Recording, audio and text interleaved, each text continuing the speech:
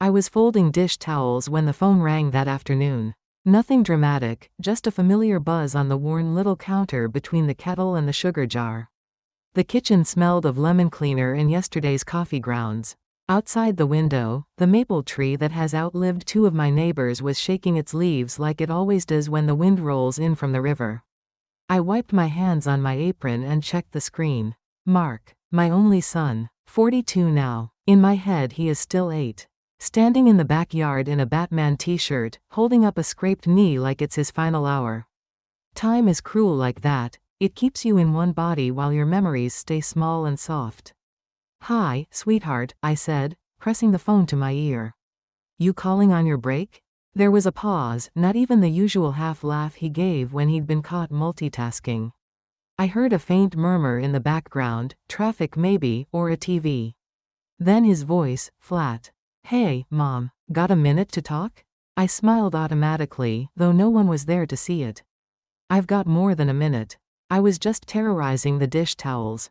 He didn't laugh. I felt a little stone drop somewhere behind my ribs. I walked over to the table and sat down, looking at the bowl of apples in front of me. One was starting to wrinkle. "What's wrong?" I asked. "Nothing's wrong," he said too fast.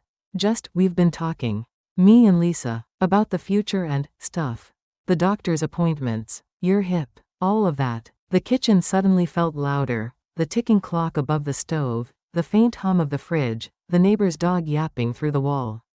I stared at the pattern of scratches on the table, each one a little history. "All right," I said.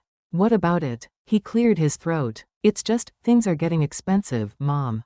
The meds, the rides, the time off work. The girls' school fees are going up. Mortgage rates. You know how it is." I knew. Everyone on our street seemed to talk about nothing else. Groceries, gas, interest, cuts. It's like the whole world had turned into one long receipt nobody could pay. "I've told you, I don't mind taking the bus," I said, though my left leg still ached from the last time I tried it and nearly fell when the driver braked too hard. "Yeah, but you shouldn't have to," he replied quickly, as if reading from a script he didn't write. "It's not safe. And Lisa's been saying." He stopped. In that gap, the stone behind my ribs turned to ice. "She's been saying what?" I asked. He hesitated, then exhaled. "She thinks we can't keep pouring money into this. Into your care. It's not sustainable." For a moment I thought he meant something else, that he'd chosen the wrong word the way he did sometimes when he was tired. Sustainable. The sort of word you hear on TV with pictures of forests and oceans. Not with your own mother attached to it. "My care," I repeated slowly. "You mean my medicine and the rides to the clinic? And the time, Mom," he added, almost defensively. "We've both been missing work. It's putting pressure on everything. Lisa says we need to think about what makes sense long term." The lemon cleaner smell turned sour in my nose. I pressed my fingers against the wood of the table until the grain left little dents in my skin. "What does she suggest?" I asked. My voice sounded oddly even to my own ears, like someone narrating a documentary. Another pause. "She thinks, maybe a home would be better. A facility. Somewhere that's, equipped. People who are trained. Full-time staff. It could be good for you. Activities and all that." I watched a small patch of sunlight hover on the floor, just short of the rug. It trembled as a cloud passed.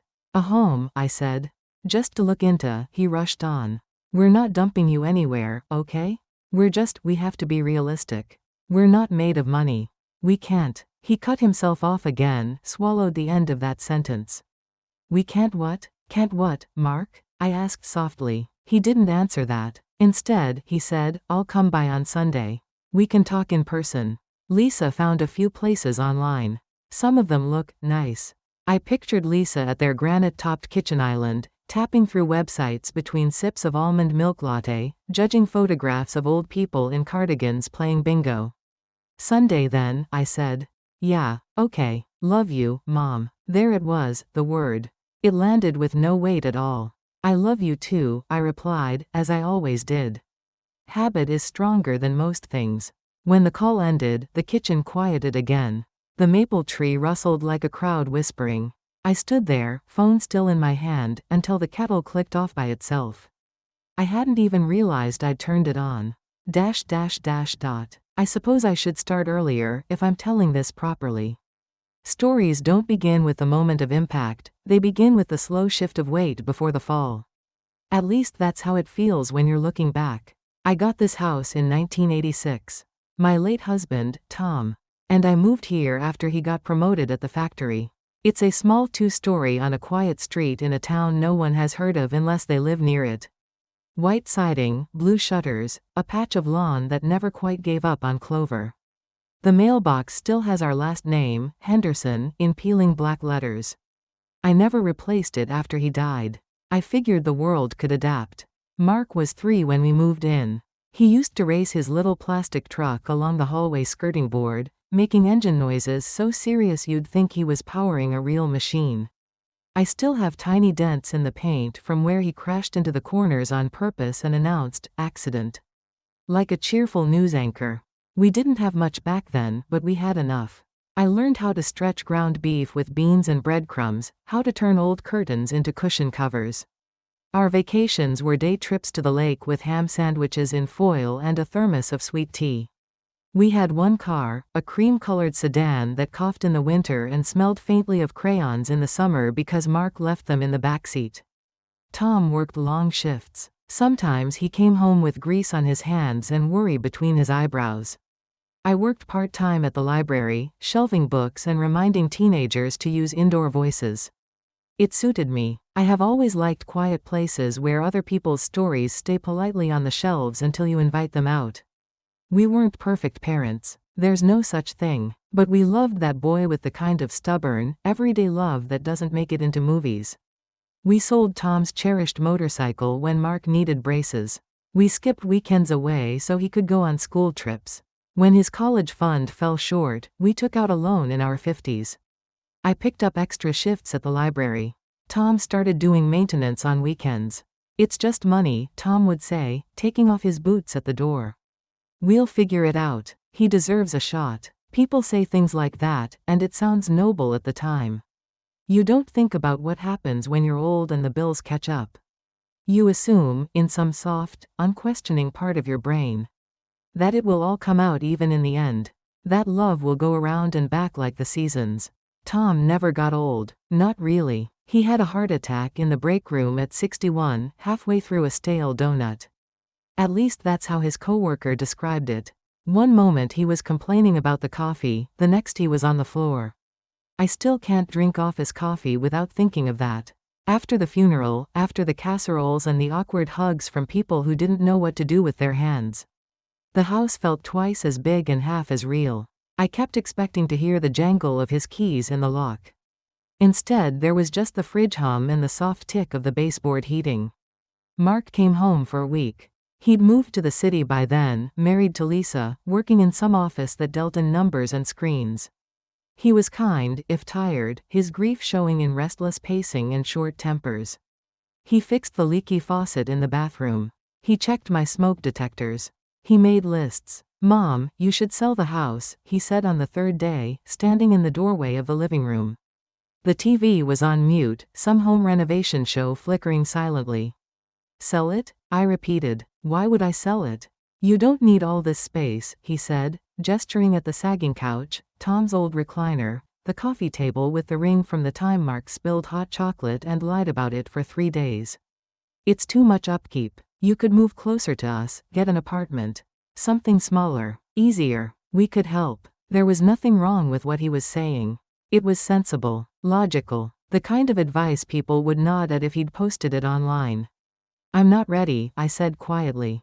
"Every corner of this place has him in it. I can't just hand it over to a stranger with a high bid." Mark sighed, the way young people sigh when their parents refuse to upgrade their phones. "Okay, but you should at least think about it," he said. "I will," I lied.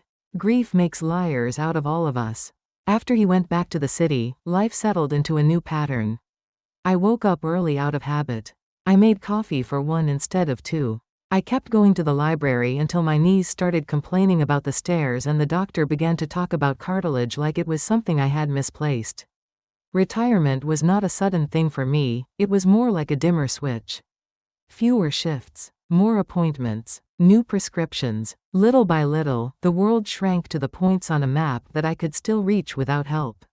Mark called every week or so. Sometimes he brought the family down, the girls clattering in with their phones and their opinions, Lisa arriving with a salad nobody ate and a faint smell of expensive perfume.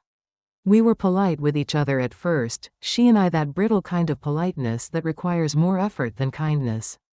Lisa grew up differently than we did. Her parents are the kind of people who talk about their portfolio over Christmas dinner. They downsized twice before 60. Not for necessity but efficiency. She is not unkind, I should say that. Just economical, in every sense.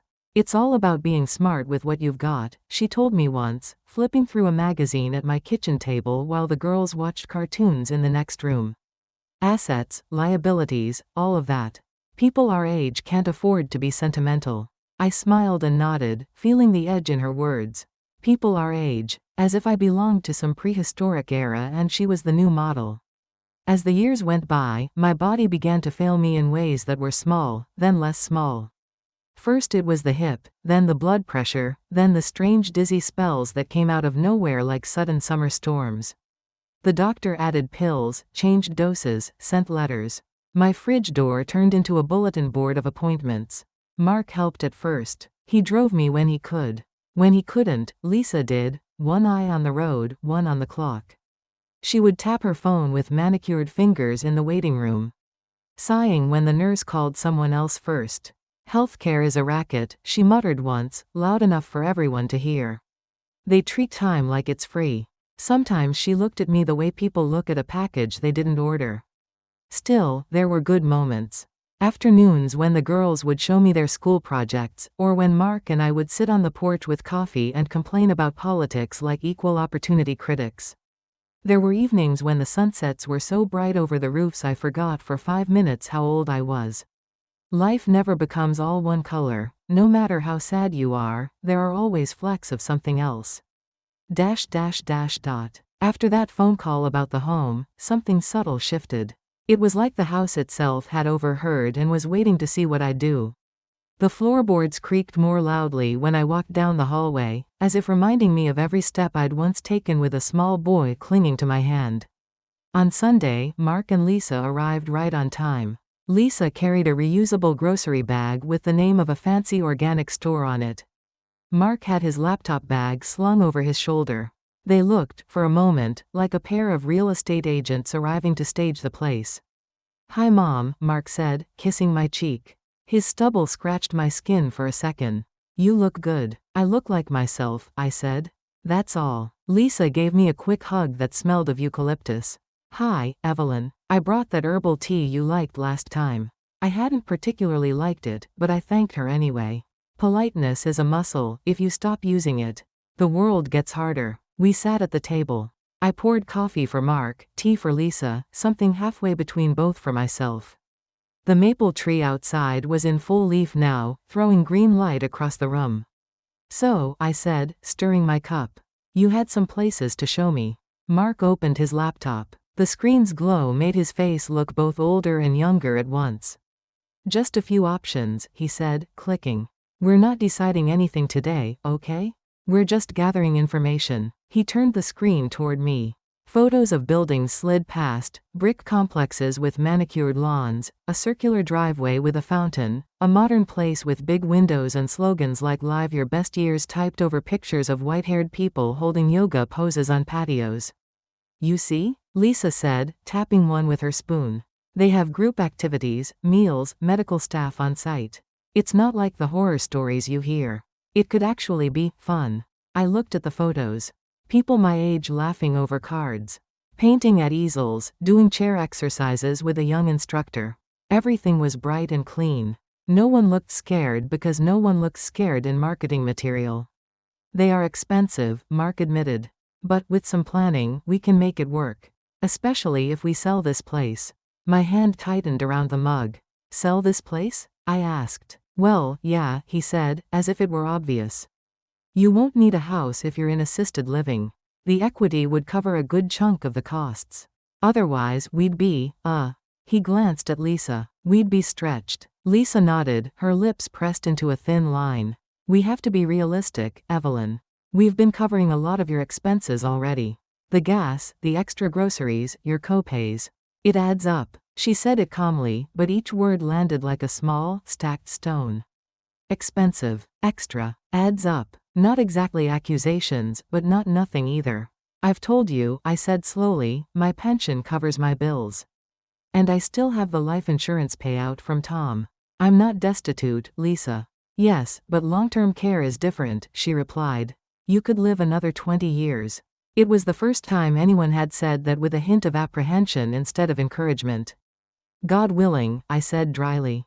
Mark rubbed his forehead. Look, it's not about not wanting to help, he said. It's about not bankrupting ourselves. The girls will need college funds soon. The cost of everything keeps going up. We're already putting so much into, your situation. My situation. I almost smiled. People will invent any phrase to avoid saying your aging, your decline, your fragile bones and failing organs. Situation. As if I were an unreturned library book. The conversation went in circles for a while. They showed me brochures. I asked questions about location, staff ratios, whether the rooms had windows facing east or west. It was civil on the surface, but underneath there was a current pulling us in different directions. At one point, Mark got up to use the bathroom. Lisa's phone buzzed on the table. She glanced at the screen and frowned, then set it face down. For a second, I considered ignoring it. But curiosity is a stubborn thing, and I have spent a lifetime around stories. You learn to read the pauses more than the words. Everything all right? I asked. She smiled, tight. Just our bank. A notification. Problem? I said. She shook her head. No more than usual. It's just, we can't keep pouring money into care that isn't productive. She looked up as she said that, met my eyes, and seemed to realize she'd said too much. Care that isn't what? I asked quietly. She shifted in her chair. I mean, you're not getting better, Evelyn. This isn't like physical therapy after a broken leg. This is maintaining. It's like patching holes in a boat that's already sinking. At some point, you have to ask if that's the best use of resources. I stared at her. The kitchen seemed to tilt for a moment, the way it does when my blood pressure drops too fast. Only this time, I knew it was something else. I'm the boat, I said. She opened her mouth, closed it, then tried to recover. That came out wrong. No, I replied. I think it came out exactly right.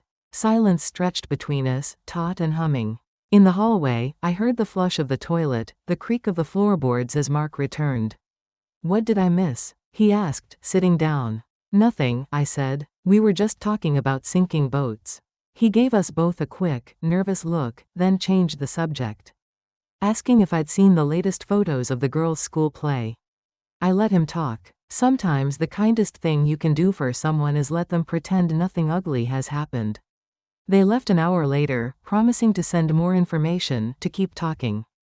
Lisa hugged me again, lightly, like someone who has been warned not to jostle a fragile antiques display. We're just trying to do what's best for everyone, she said at the door.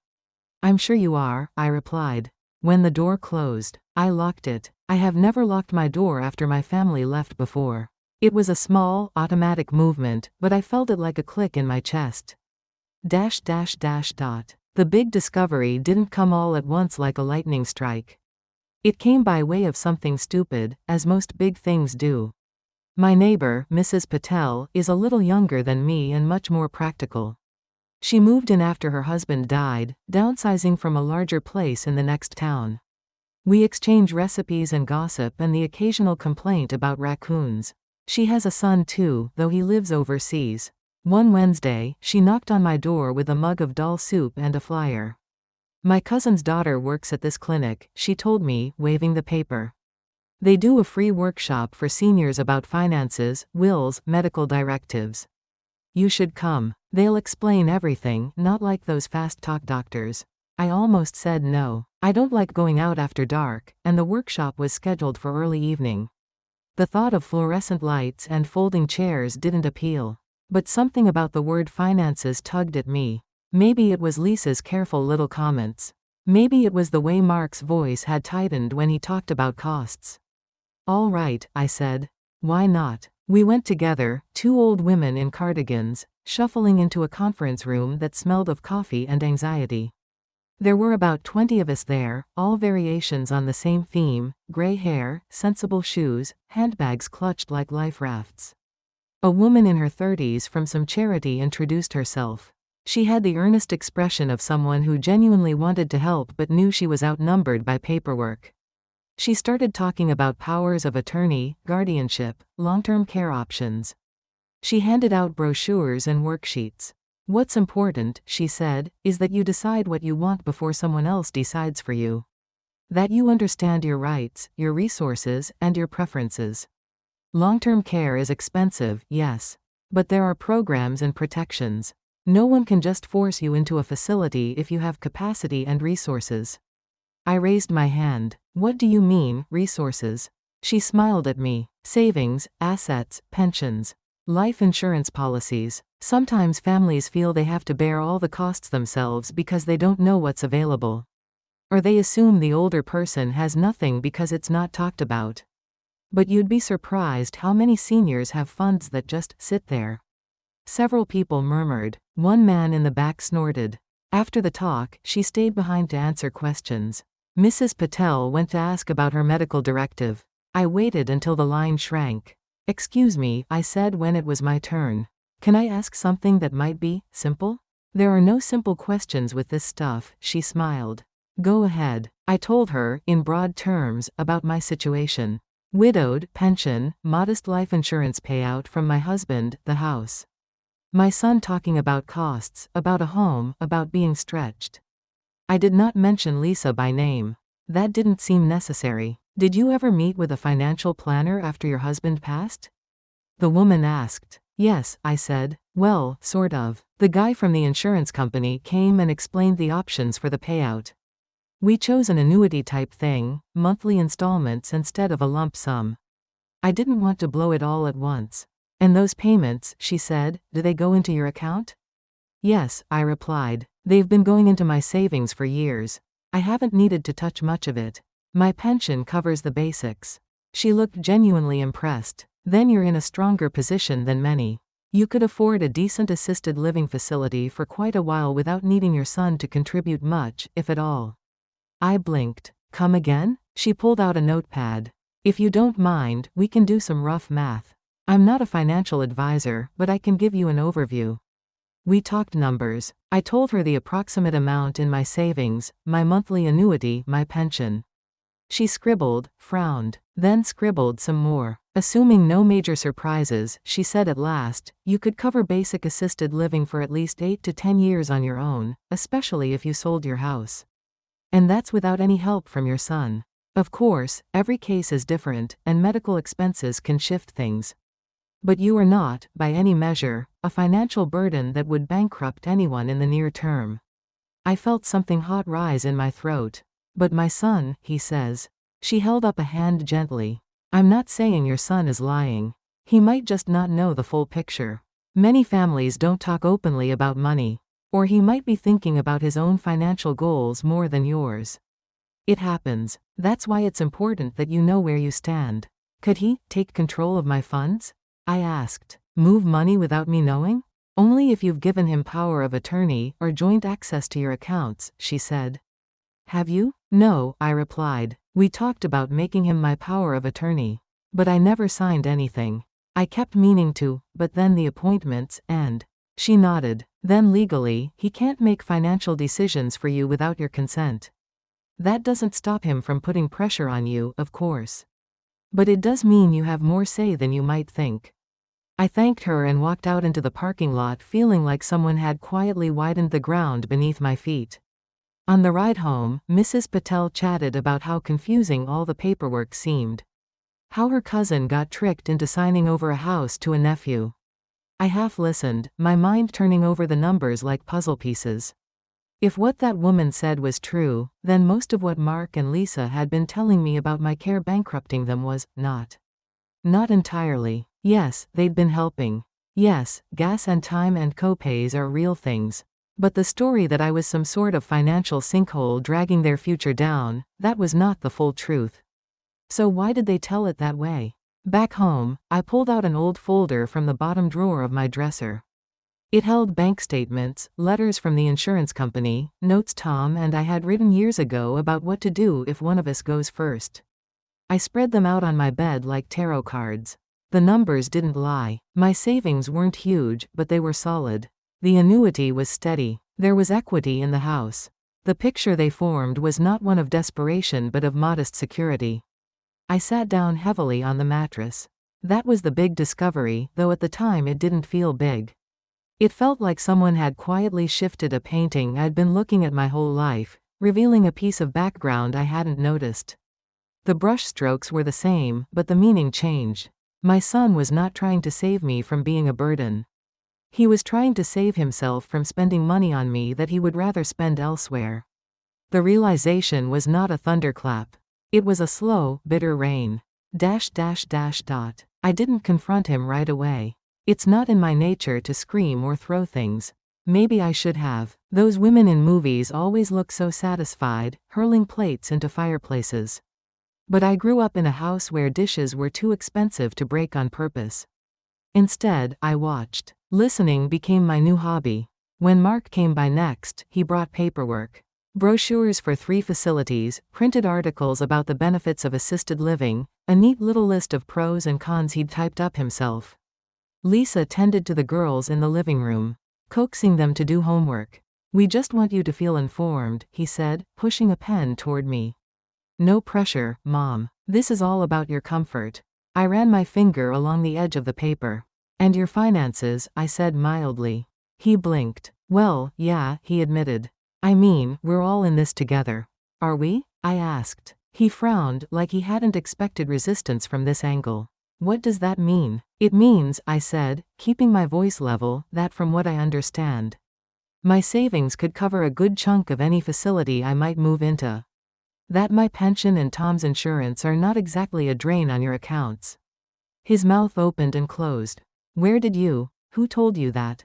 I shrugged. "A workshop at the clinic. They did some rough math. I did some more. It seems I am not the Titanic you've been describing." He flushed. "That's not what I've been, Mom, it's not that simple. There are long-term projections, inflation, worst-case scenarios. We're just trying to be cautious." "Of course you are," I said. "I understand caution. I practiced it my entire life. I'm just trying to understand why caution seems to apply more to your lifestyle than to my dignity." He looked genuinely offended. "That's not fair." "Perhaps not," I replied. "But neither is being reduced to a line item in your budget meetings with your wife." He rubbed his temples. "This is what you took from all this? That we're trying to, what? Get rid of you?" I didn't answer right away. In the living room, one of the girls laughed at something on the TV. The sound hit me like a memory of Mark at her age, giggling at Saturday morning cartoons while I flipped pancakes. "I took from this," I said slowly, "that my care is something you consider an expense to be minimized. That your wife calls it a waste of money when she thinks I'm not listening. That's what I took from it." His eyes widened. "She said that? Care that isn't productive," I quoted. "Patching holes in a sinking boat." Those were her words. I happened to be the boat, if you recall. He groaned, leaning back in his chair.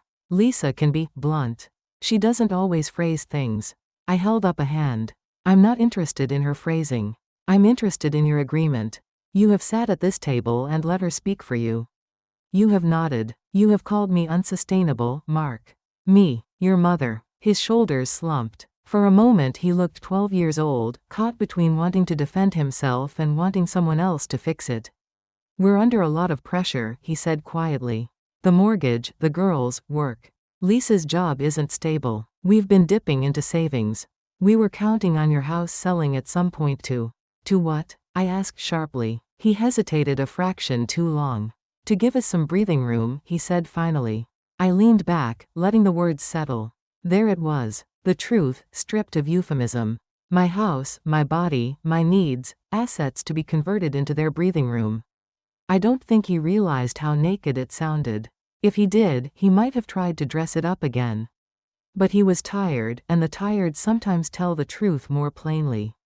"Thank you," I said. "For what?" he asked, confused. "For being honest enough, finally, to say what this is really about." He shook his head. "It's not like that. We love you. Of course we love you. But life is Expensive, I finished. I know. I learned that before you could tie your shoes. He winced. That's not fair either. Maybe not, I said.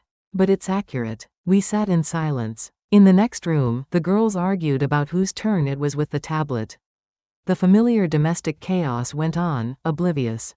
That night, after they left, I lay awake staring at the ceiling. The streetlight outside cast a pale square on the plaster, catching the faint lines where Tom once tried to fix a leak himself and left a small patch of uneven paint. I thought about all the ways money had threaded through my life. The coins I'd counted at the kitchen table when Mark needed new shoes. The overtime Tom had worked to cover tuition. The times we'd gone without so he could have. We never thought of it as wasted. Not once, not even when things were tight enough that we ate rice and beans for a week and pretended it was a new tradition. And now, at the end of the line, my son and his wife saw me, my doctor visits, my prescriptions, my aching hip, as a bad investment. A hole in their future plans. I didn't cry. It's not that I'm too strong to cry, it's that the sadness sat too deep for tears to reach. It was like having a stone put in a well. You can't scoop it out with a bucket. You just know it's at the bottom, changing the echo. ... The moral choice, I suppose, came in pieces. There was the practical part, deciding what to do about my living situation, my finances, my health. There was the emotional part, deciding what to do about my son. One Friday, my doctor adjusted my medication and suggested I consider a place with more support. You live alone, he said, tapping his pen against his clipboard. You've had 2 falls in the past year. The next one could be worse. An assisted living facility or a senior community, not necessarily a nursing home, could be beneficial. I've been told that, I said. He looked at me over his glasses. By who? My son, I replied. And his accountant wife. He made a face he shouldn't have made professionally, but I appreciated it. Look, he said, I'm not going to wade into family politics. But from a medical perspective, having staff around, emergency buttons, social activities, that's not a bad idea. You're still mentally sharp. You'd be able to choose the place, settle in, make friends. It's not giving up. It's planning. Planning. I'd spent my whole life planning for other people. Maybe it was time to plan for myself. At home, I took out the brochures again. I made a list of questions that had nothing to do with my son's convenience and everything to do with my own comfort. Do the rooms have afternoon sun? Is there a garden? Are pets allowed? Is there a library or at least a shelf of battered novels? Are residents treated like patients? Or like adults who happen to have limited mobility? I called Mrs. Patel and asked if she wanted to come visit a place with me, under the pretense of getting information for someday. We toured 3 facilities. The first smelled faintly of bleach and overcooked vegetables. The staff were polite but rushed. The second was slick and modern, with a lobby that looked like a hotel and a monthly fee that made my heart stutter. The third was smaller, older, with scuffed floors and a resident cat who wandered the hallways as if he owned the building. The rooms were simple but clean. The dining room had windows that faced the sunset. In the corner, a group of women played cards and argued about whether the TV volume was too loud. When the administrator, a brisk woman named Karen with tired eyes, showed us the garden, I noticed an old maple tree in the middle of the yard. Its branches spread wide, its trunk thick and gnarled. We planted that when the building opened, she said. Back when I was young and foolish. I walked up and touched the bark. It was rough and solid, nothing like the policy documents and spreadsheets that had been used to measure my life of late. How many residents do you have? I asked. How long do they usually stay? She gave straightforward answers, no sugarcoating about golden years or active lifestyles. People came, they lived, some improved, some declined. They tried to make it as human as possible. I could see myself there, in a way I hadn't expected. Not as an exile but as a woman making a last, deliberate relocation, like birds who know when to leave a tree before the storm takes it down. On the drive back, Mrs. Patel watched me from the passenger seat. You like that one, she said.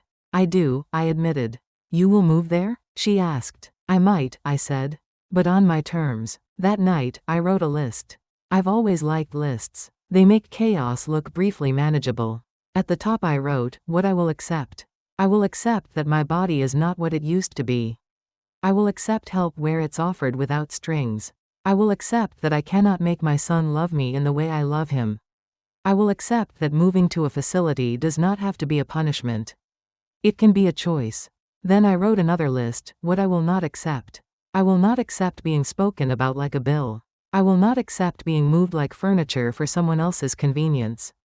I will not accept guilt for needing care in the same life where I gave it freely. When I was done, the choice seemed clearer. I would move, yes, but not because my son and his wife thought I was a waste of money. I would move because it was safer and because I wanted to spend whatever years I had left in a place where my presence was not resented like an unexpected charge. As for the money, I made an appointment with a financial advisor recommended by the woman at the clinic.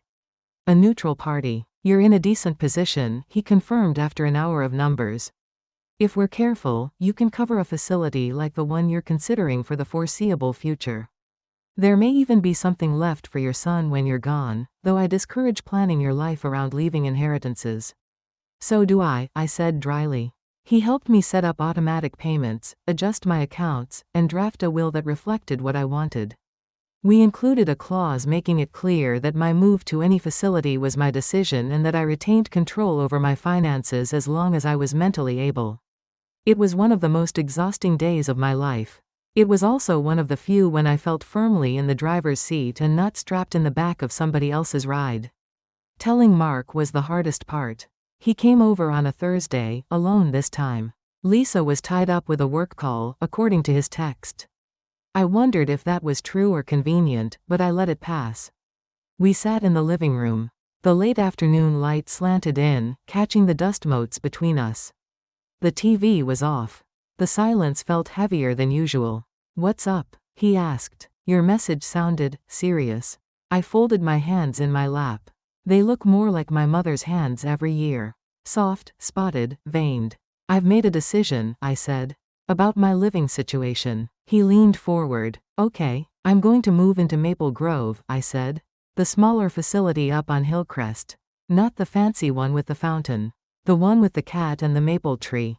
He blinked. You visited them? Yes, I replied. Several times. Without telling me? He sounded hurt. The irony did not escape me. Without asking permission, I corrected. I've also spoken to a financial advisor. We've arranged for the fees to be paid from my accounts. My pension and the annuity will cover most of it. Selling this house will cover the rest, with some left over as a cushion. You and Lisa will not have to contribute. He stared at me. Wait, you're doing this now? Just like that? Not just like that, I said. It's taken weeks of consideration. But yes, I am doing it. He ran a hand through his hair, a gesture so familiar it hurt. He used to do that as a teenager when he couldn't solve a math problem. Why didn't you tell me you had that much money? He asked. I raised an eyebrow. I didn't realize I was required to submit a financial report to my son. That's not what I meant, he said quickly. It's just, we've been so stressed. Lisa thought, we were carrying most of the load. I know what Lisa thought, I said. I heard her. I also know what you thought, even if you didn't say it out loud. That my care was an extra, a weight, a bad use of resources. He opened his mouth, closed it. Mom, that's not. It is, I said gently. I'm not accusing you of being a monster. You're not. You're my son. You're also a man who has been taught to see everything in terms of cost and profit. You and your wife both. You looked at me and saw numbers bleeding red. He flinched. I won't argue about the past, I continued. What's done is done. But going forward, I will not be a martyr on your balance sheet. If I move, it will be because I choose to. If my money is spent, it will be because I decide to spend it. On my care, on my comfort, not on your breathing room. Silence settled between us, thick and uncomfortable. He looked at his hands, then at the window, then finally at me. So that's it? He asked quietly. You're cutting us off? The fact that he framed it that way told me exactly how he'd been thinking about this. I'm not cutting you off, I said. I'm cutting off the idea that you are responsible for me financially. That you are my saviors. You're not. You're my family. That's different. He swallowed. We were scared, he said after a moment. Me and Lisa. We kept looking at the future and seeing nothing left. We freaked out. We started seeing your needs as a threat. That's ugly, I know. But it's the truth. I appreciated that, at least. I understand fear, I said. I spent years afraid we wouldn't make rent, that the car would break down, that you'd get sick and we couldn't pay the hospital. The difference is, I never saw you as a waste of money. Even when we were broke. He winced like I'd slapped him.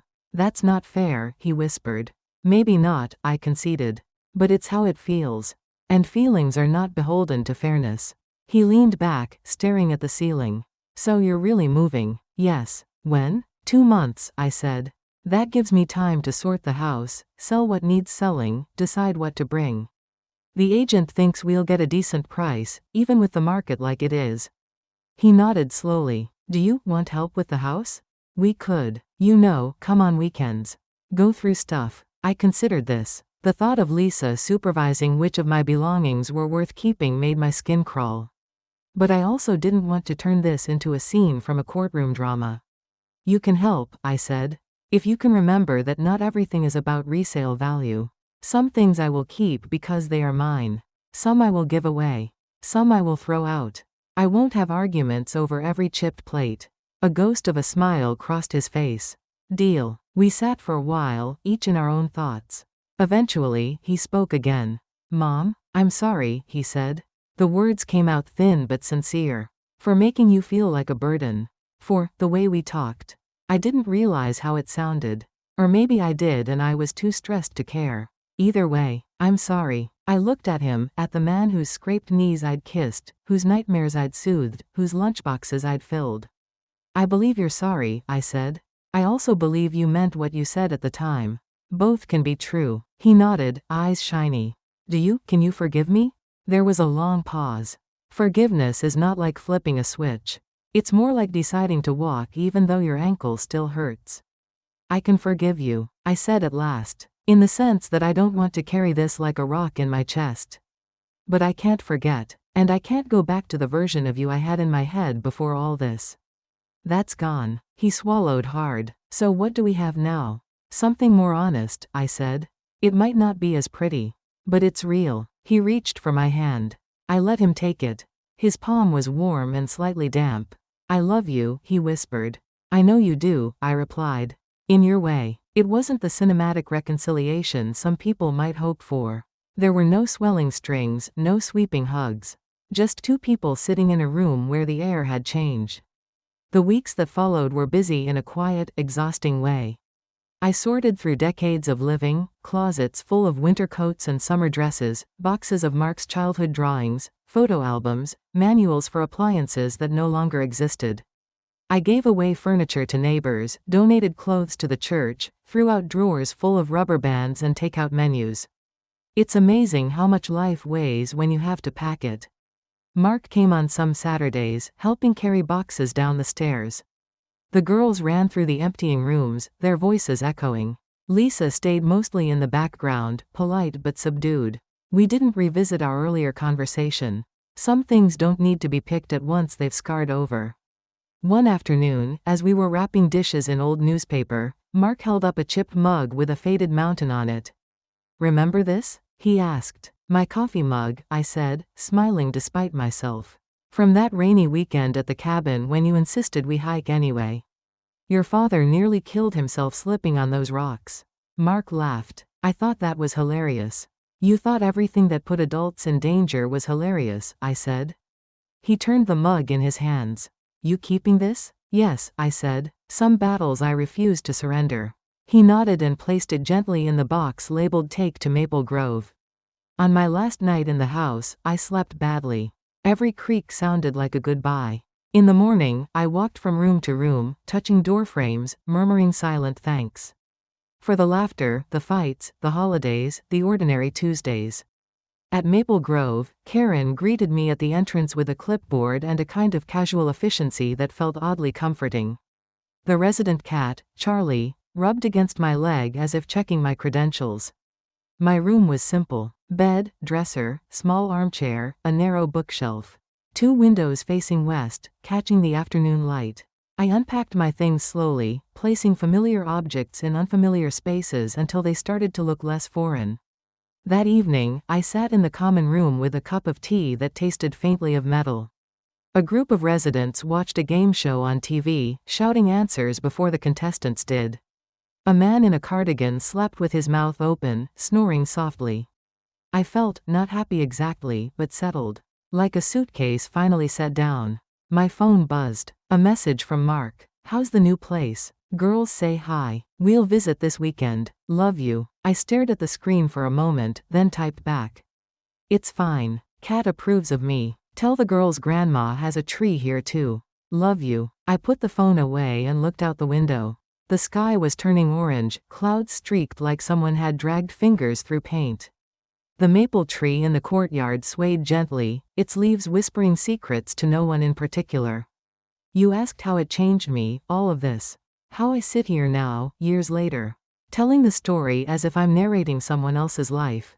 I suppose the biggest change is this: I no longer believe that love automatically means sacrifice in one direction. That because I gave everything I could for my son, he would, when the time came, give everything for me. That was a comforting myth. It died the day I realized my value had been quietly converted into numbers on somebody's spreadsheet. I don't hate him. Hate takes energy I don't have and poisons what little time is left. I see him now as a whole person. Loving in some ways, selfish in others, shaped by a world that tells people to optimize everything, even their relationships. Do I still love him? Yes. Love doesn't vanish just because you see the invoice. It just grows less naive. It stops expecting to be paid back. Sometimes, when he visits Maple Grove with the girls, I watch him help me adjust my blanket or cut my meat at dinner, and I see the little boy he used to be. The boy who once cried because he thought he had broken my favorite vase and hid the pieces under his bed. Only to confess 2 hours later because the guilt was too much. I wonder what he hides under his bed now. Fear, probably. Regret. Maybe a little shame. Those are heavier than ceramic shards. As for Lisa, our relationship is cordial. She no longer talks about my care as an investment. Perhaps she has learned, or perhaps she has simply shifted her attention to other opportunities. I don't know. I don't ask. Sometimes, on quiet afternoons, I sit in the Maple Grove garden under the new maple tree and think about money. About how people assign value to things. I think about all the hours I spent in factories, libraries, kitchens.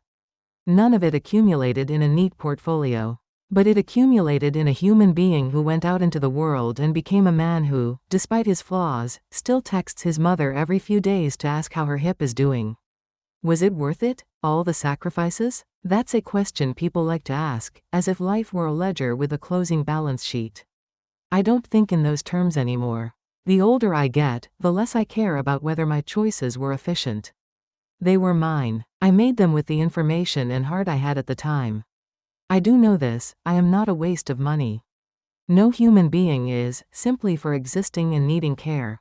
The phrase itself reveals more about the speaker than the subject. If there is a moral here, and people seem to want one, it is a small one, not grand enough for sermon or slogan. Do not build your whole heart on the assumption that the people you love will repay you in the currency you expect. Give because you choose to, not because you are secretly placing someone in your emotional debt. And when you are old and the world starts counting your pills and your steps, remember that you still own your story, even if you no longer own a house. I sit by my window now, watching the sunset slide behind the roofs of this building, listening to the murmur of the TV down the hall and the distant clatter of dishes from the kitchen. The room smells faintly of soap and the lavender sachet my granddaughter gave me last Christmas. My hands rest in my lap, warm and still. I was a daughter, a wife, a mother, an employee, a widow. For a while, in my son's mind, I was a cost. Now, finally, I am mostly myself. And that, at the end of a long and ordinary life, is not such a bad place to land.